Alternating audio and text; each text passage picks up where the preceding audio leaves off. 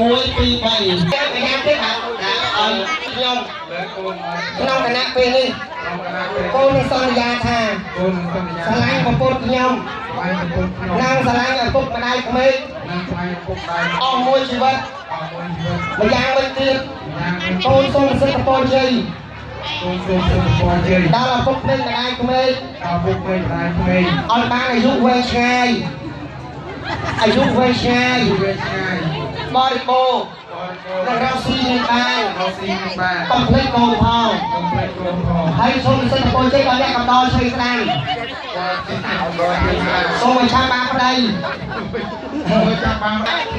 អ្នកពុកក្មេងបានរួចគំនិតទៅហើយបានចេញគោលដល់ការពិធីបានបញ្ចុះផ្លែឈើជូនបានណាក់ក្មេងបានតាក់ក្មេងរបស់ខ្ញុំបានកូនសូមអរគុណ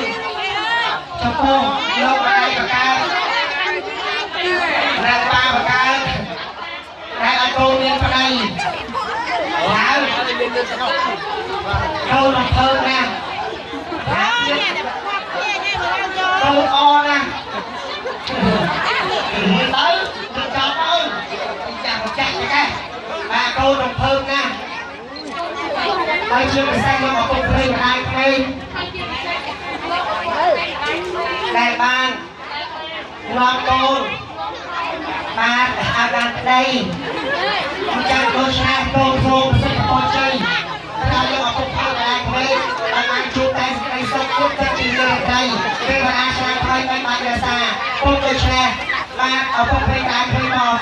លោកអាណាចក្រខ្ញុំតាពីឲ្យលើតែចាយមកខុសពេលកាយតែចាយមកក៏ខុសដែរបានចឹងប្រយ័ត្នអាចារ្យពើនេះចេះជាទីណាពីតហ្នឹងបាទចង់អរគុណខាងឯងអរគុណបាទហើយបងប្អូនអូនអាចឲ្យស្រួលអូន